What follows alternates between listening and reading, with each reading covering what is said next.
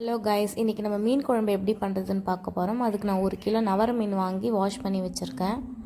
குழம்பு வந்து சின்ன வெங்காயத்தில் பண்ணால் டேஸ்ட்டாக இருக்கும். அதனால் வந்து 20 சின்ன வெங்காயம் போட போகிறோம். உங்கள்கிட்ட சின்ன வெங்காயம் இல்லைன்னா 3 பெரிய வெங்காயம் எடுத்துக்கோங்க. அதுக்கப்புறம் ஒரு தக்காளி எடுத்து இது மாதிரி கட் பண்ணி வச்சுக்கோங்க.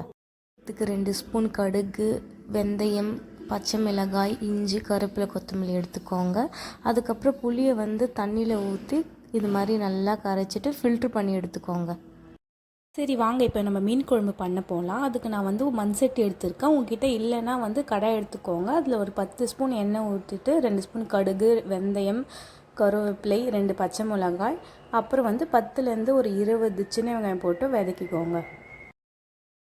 மண் சட்டியில் மீன் குழம்பு பண்ணால் நல்லா டேஸ்ட்டாக இருக்கும்னு சொல்லிட்டு எங்கள் பாட்டியெல்லாம் சொல்லியிருக்காங்க. அதுவும் அதில் நவர மீன் இல்லைன்னா சங்கரா மீன் போட்டு பண்ணால் இன்னும் சூப்பராக இருக்கும்னு சொல்லியிருக்காங்க. அதனால் இதில் நான் பண்ணுறேன். அதுக்கப்புறம் இந்த வெங்காயம் வதக்கிட்ட வேணையும் தக்காளி, அந்த ஒரு தக்காளி போட்டு நல்லா ஃப்ரை பண்ணிக்கோங்க. இதில் இஞ்சி ஆட் பண்ணணும். நான் இதை வச்சு நல்லா தட்டி யூஸ் பண்ணி போடுறேன். உங்ககிட்ட இது இல்லைன்னா நீங்கள் மிக்ஸி ஜார் வச்சும் போடலாம். இது மாதிரி எண்ணெய் திரிஞ்சு வந்துட்டு வேணையும் போடுங்க. போட்டுட்டு இந்த இஞ்சி நல்லா வதக்குங்க. பாருங்கள் எவ்வளோ அழகாக இருக்குது பார்க்கவே. ஸ்பூன் வந்து மிளகாய் தூள் ஆட் பண்ணிக்கோங்க. நான் வந்து மிளகாய் தூளையும் தனியாத்தூளையும் எங்கள் வீட்டில் ஆல்ரெடி மிக்ஸ் பண்ணி தான் யூஸ் பண்ணுவோம். ஸோ வந்து 2 ஸ்பூன் போதும். இல்லைனா நீங்கள் தனித்தனியாக ஆட் பண்ணணும். ஃபில்ட்ரு பண்ண புளி தண்ணியை ஊற்றிட்டு நல்லா கொதிக்க விடுங்க. கொஞ்சம் வாட்டரை ஆட் பண்ணிக்கோங்க.